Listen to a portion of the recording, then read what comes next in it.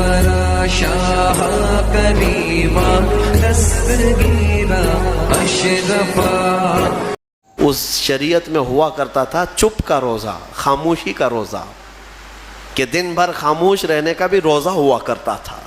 اب یہ بھی کیسے بتائیں گی؟ وہ اشارے سے. اس زمانے میں ہوتا تھا جب کوئی خاموشی کا روزہ رکھتا تو وہ اشاروں سے بات کرتا، سامنے والا سمجھ جاتا آج اس کا خاموشی کا روزہ ہے. کاش یہ روزہ اور بھی ہمارے ساتھ ہوا کرتا. حضرت بی بی مریم نہایت ہی پاکیزہ خواتین میں ہیں، بلکہ دنیا کی سب سے پاک باز عورتوں میں آپ کا نام آتا ہے.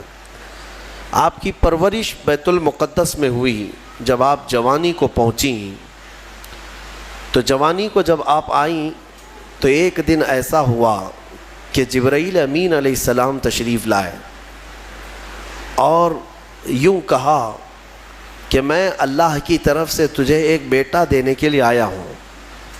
حضرت بی بی مریم نے پکار کر کہا مجھے بیٹا کیسے ہو سکتا ہے؟ انا یکون لی غلام ولم یمسسنی بشر ولم اکو بغیا. مجھے کیسے بچہ ہو سکتا ہے؟ آج تک مجھے کسی انسان نے چھوا بھی نہیں.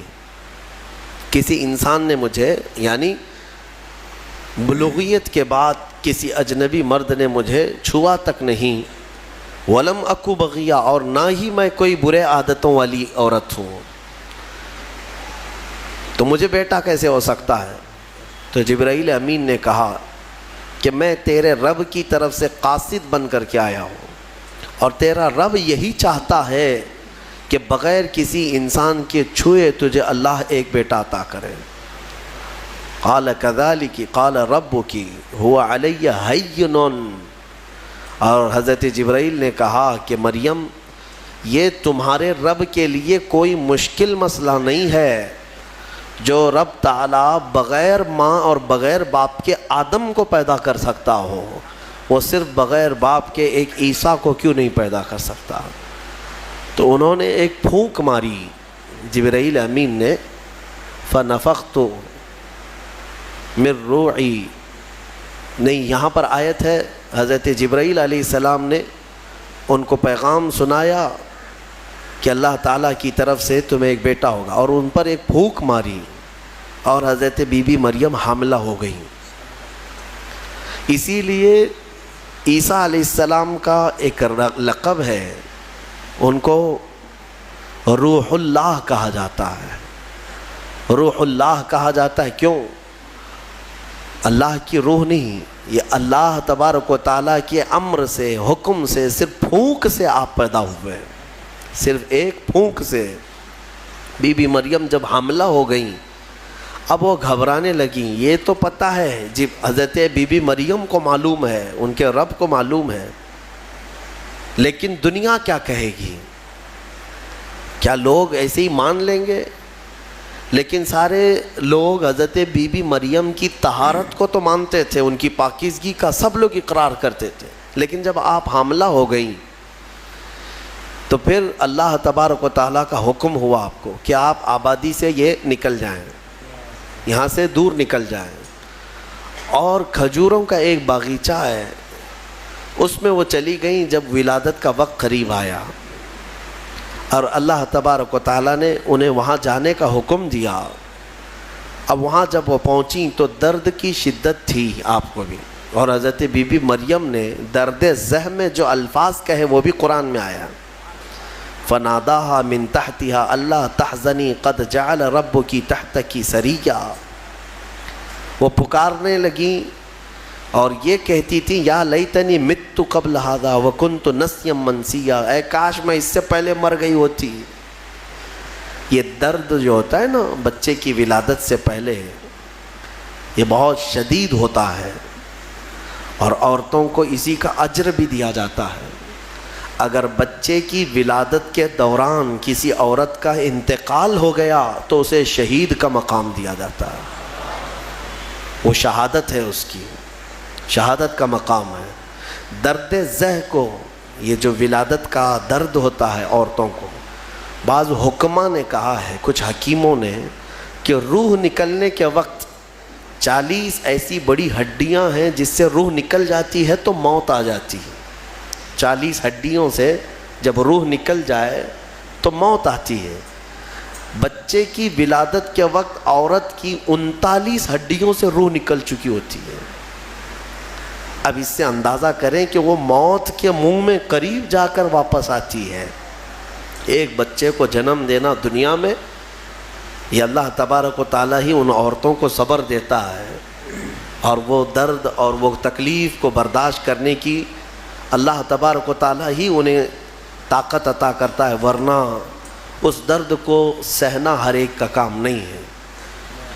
بہرحال حضرت بی بی مریم نے اس درد کی شدت میں جو پکارا وہ قرآن میں آیا ہے، قرآن میں آیا. اسی لیے تو حدیث پاک میں بھی ملتا ہے کہ سوال ہوا میرے آقا صلی اللہ تعالیٰ علیہ وسلم سے کہ میں یا رسول اللہ اپنی بوڑھی ماں کو اپنے کندھے پر بٹھا کر حج کرا چکا ہوں، خانہ کعبہ کے ساتھ طواف اور گرم زمین جس میں ننگے پیر میرے تلووں میں آبلے پڑ گئے ہیں، تو کیا میں نے اپنی ماں کا حق ادا کر دیا؟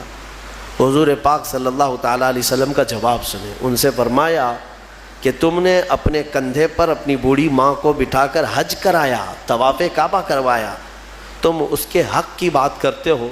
جب تم اپنی ماں کے پیٹ میں تھے ایک جھٹکا تم نے جو لگایا تھا اس کا بھی حق نہیں ادا ہوا، کیونکہ بچہ جب گھومتا ہے پیٹ کے اندر ماں کے، ہر گھومنے کے وقت، ہر چکر کے وقت اس کا ایک الگ درد ہوتا ہے. 9 مہینے وہ بچوں کو اٹھاتی ہے. میرے عزیزو، اگر تمہارے پیٹ میں کھانا زیادہ ہو جائے تو پیٹ بھاری پڑ جاتا ہے اور آپ چل پھر نہیں پاتے، جلدی سے آپ سکون کی جگہ ڈھونڈتے ہیں کہ میں پیٹ خالی کر لوں یا ہلکا کر لوں. اور اس عورت کو، ماں کو اللہ نے 9 مہینے تک تمہارا بوجھ دیا اور وہ اٹھائے گھومتی رہتی، پھرتی رہتی ہے. سیدہ بی بی مریم نے ولادت کے وقت یہ فرمایا. اس کے بعد رب تعالیٰ کی طرف سے یہ آواز ان کو ندا آئی کیا کہ جب وہ وہاں قریب لیٹی تھی ایک پتھر پر، اور ان کے قریب میں ہی ایک کھجور کا درخت تھا، رب تعالیٰ نے فرمایا وَهُزِّي إِلَيْكِ بِجِذْعِ النَّخْلَةِ تُسَاقِطْ عَلَيْكِ رُطَبًا جَنِيًّا. مریم اس درخت کو پکڑ کر کے ہلاؤ، تم پر پکی تازی کھجوریں گریں گی.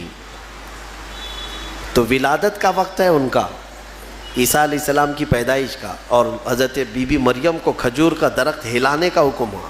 انہوں نے ہلایا تو پکی کھجوریں ان پر گریں. رب تعالیٰ نے فرمایا فَكُلِي وَاشْرَبِي وَقَرِّي عَيْنًا. مریم کھا اور پی لے اور اپنی آنکھوں کو ٹھنڈی کر لے. مفسرین فرماتے ہیں درد زہ کے وقت اگر کسی عورت کو کھجور دیا جائے تو یہ قرآن پاک کے نسخے کے اعتبار سے اللہ تعالیٰ اس کے درد میں آسانی عطا فرماتا ہے، کیونکہ حکیم مطلق رب ذوالجلال نے حکم دیا بی بی مریم کو کہ کھجور کھاؤ، پکی کھجوریں تم پر گریں گی.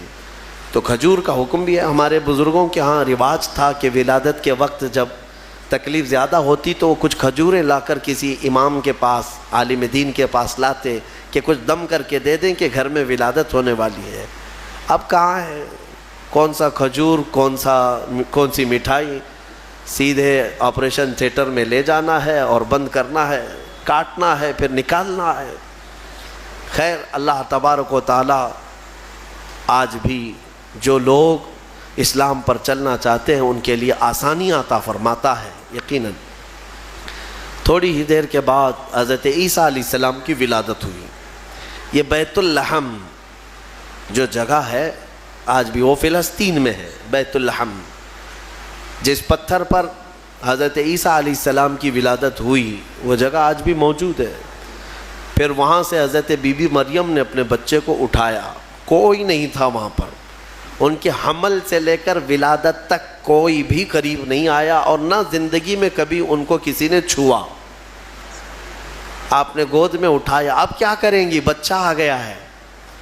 رب تعالیٰ نے فرمایا فَإِمَّا تَرَئِنَّ مِنَ الْبَشَرِ أَحَدًا فَقُولِي إِنِّي نَذَرْتُ لِلرَّحْمَنِ صَوْمًا فلن اکلم اليوم انسیا، مریم اب اپنی بستی کی طرف جاؤ گی، اگر کوئی انسان تمہیں نظر آئے، لوگ اگر نظر آئیں تو بات مت کرنا کسی سے، ان سے کہنا آج میں نے چپ رہنے کا روزہ رکھا ہے۔ ہاں، اس شریعت میں ہوا کرتا تھا چپ کا روزہ، خاموشی کا روزہ، کہ دن بھر خاموش رہنے کا بھی روزہ ہوا کرتا تھا۔ اب یہ بھی کیسے بتائیں گی؟ وہ اشارے سے۔ اس زمانے میں ہوتا تھا جب کوئی خاموشی کا روزہ رکھتا تو وہ اشاروں سے بات کرتا، سامنے والا سمجھ جاتا آج اس کا خاموشی کا روزہ ہے۔ کاش یہ روزہ اور بھی ہمارے ساتھ ہوا کرتا، لیکن اس شریعت میں ہمارے ہاں چپ کا روزہ نہیں ہے، خاموشی کا روزہ نہیں ہے۔ میں تو یہ سوچتا ہوں کم سے کم عورتوں کے لیے تو ہو جاتا۔ خاموشی کا روزہ بڑا ثواب ہے، وہ بہت بڑی غلطیوں سے، گناہوں سے بچ جاتی۔ آپ کو اندازہ نہیں ہے، میرے آقا صلی اللہ علیہ وسلم نے زبان کو یوں 2 انگلیوں سے پکڑ کر کے فرمایا تھا، پکڑ کر کے، تمہارے 2 جبڑوں کے بیچ میں گوشت کا ایک ٹکڑا ہے، حضور نے فرمایا کہ یہ انسان کو جنت میں بھی لے جاتا ہے اور دوزخ میں بھی لے جاتا ہے۔ ہاں، اور پھر ایک حدیث پاک ہے، حضور فرماتے ہیں 2 جبڑوں کے بیچ میں ایک گوشت کا ٹکڑا زبان، 2 رانوں کے بیچ میں ایک گوشت کا ٹکڑا شرمگاہ، جس نے ان 2 چیزوں کی حفاظت کی ذمہ داری لے لی، میرے آقا فرماتے میں اسے جنت میں لے جانے کی ضمانت دیتا ہوں، جنت میں لے جانے کی ضمانت دیتا ہوں۔ یہ 2 چیزوں کی اگر کوئی حفاظت کر لیا۔ خیر، حضرت بی بی مریم اپنے بچے کو لے کر کے آئیں، لوگ دیکھنے لگ گئے کہ مریم ہے اور اس کی گود میں بچہ ہے، تو ظاہر سی بات ہے قوم کا جو رویہ ہوتا ہے، سیدھے پکار کر کہنے لگے یا اخت ہارون ما کان ابوک امرأ سوء وما کانت امک بغیہ، اے مریم یہ کیا کر لیا تو نے؟ اخت ہارون جو ہے اس وقت سب سے پاک عورت کو کہا جاتا تھا، اخت ہارون لقب کے طور پر حضرت بی بی مریم کو انہوں نے پکارا۔ نہ تمہارے باپ برے تھے نہ تمہاری ماں بری تھی، یہ تو نے کیسے کر لیا؟ یہ بچہ تیری گود میں کیسے آیا؟ فَأَشَارَتْ إِلَيْهِ، انہوں نے اشارہ کیا اپنے بچے کی طرف، کیونکہ اللہ تعالیٰ کا حکم تھا اگر کوئی بات کرے تو بات مت کرنا، اپنے بچے کی طرف اشارہ کر دو۔ آج میں خاموشی کا روزہ ہوں، اشارہ کیا اپنے گود والے بچے کی طرف، 1 دن کا بچہ ہے، تو لوگ بول پڑے کہ تو اس کی طرف اشارہ کر رہی ہے، قالوا کیف نکلم من کان فی المہد صبیا، ہم کیسے بات کریں اس سے جو آج گود میں ہے تیرے، آج کا بچہ ہے۔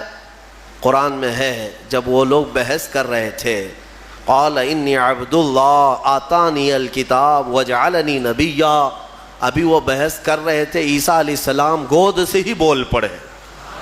کیا بولے؟ بولنے لگے اے لوگوں میں اللہ کا بندہ ہوں، انی عبداللہ، اللہ نے مجھے کتاب عطا کیا ہے، وجعلنی نبیہ، اور نبی بنا کر بھیجا ہے، وجعلنی مبارکن اینما کنت، اور جہاں میں رہوں گا برکت کا ذریعہ بنوں گا، اور اللہ تعالیٰ نے مجھے نماز کا اور زکوٰۃ کا حکم دیا ہے، اور میری والدہ کے ساتھ اچھائی کا سلوک کرنے، حسن سلوک کرنے کا حکم دیا ہے۔ اور پھر آخر میں عیسیٰ علیہ السلام اس جملے پر اپنی بات ختم کرتے ہیں، کون سا جملہ؟ والسلام علی یوم ولدت و یوم اموت و یوم ابعث حیا، سلامتی ہو اس دن پر جس دن میں پیدا ہوا اور جس دن میرا انتقال ہوگا اور جس دن مجھے اٹھایا جائے گا۔ اتنا بات کیا حضرت عیسیٰ علیہ السلام اور پھر خاموش ہو گئے۔ یہ معجزہ نہیں تو اور کیا ہے؟ گود کا آج کا بچہ اتنا وسیع انداز میں بول پڑا، تبھی جا کر کے قوم کی زبان چپ ہو گئی کہ یہ جو آیا ہے مریم کی گود میں یہ کوئی معمولی چیز نہیں ہے۔ ظاہر سی بات ہے جب رب تبارک و تعالیٰ کسی چیز کو بھیجتا ہے تو نشانیوں کے ساتھ بھیجتا ہے۔ اب جتنے تھے وہ مان تو گئے کہ بی بی مریم کو کسی نے چھوا نہیں، یہ سچی ہے، اور جب گود کا بچہ بول رہا ہے تو یہ اور سچی بات ہے کہ محیر العقول چیز ہے، آج تک ہم نے کبھی دیکھا نہیں۔ عیسیٰ علیہ السلام بولے۔ پھر اس کے بعد عیسیٰ علیہ السلام کو حضرت بی بی مریم اپنے گھر تو لے گئیں۔ یہاں پر رک کر کے میں ایک بات عرض کرنا چاہوں گا۔ حضرت عیسیٰ علیہ الصلوۃ والتسلیم نے جو جملہ کہا وہ یہ ہے کہ جس دن میں پیدا ہوا اس دن سلامتی ہو، یعنی نبی جس دن پیدا ہوتے ہیں وہ سلامتی والا دن ہوتا ہے. عیسیٰ علیہ السلام کی پیدائش کا دن سلامتی والا ہے تو 12 ربیع الاول کیوں نہیں سلامتی والا ہے؟ ہاں. اور نبی خود اپنی ولادت کے دن سلام بھیج رہے ہیں، اور ہم سید الانبیاء کی ولادت پر امتی سلام بھیجیں تو کیا حرج ہے؟ یہ قرآن کا حکم ہے. نبی خود اپنی ولادت کے دن سلام بھیج رہے ہیں اور امتی اپنے نبی کے پیدائش کے دن پر سلام بھیجے تو یقیناً یہ باعث برکت ہے اور قرآن کے مطابق ہے.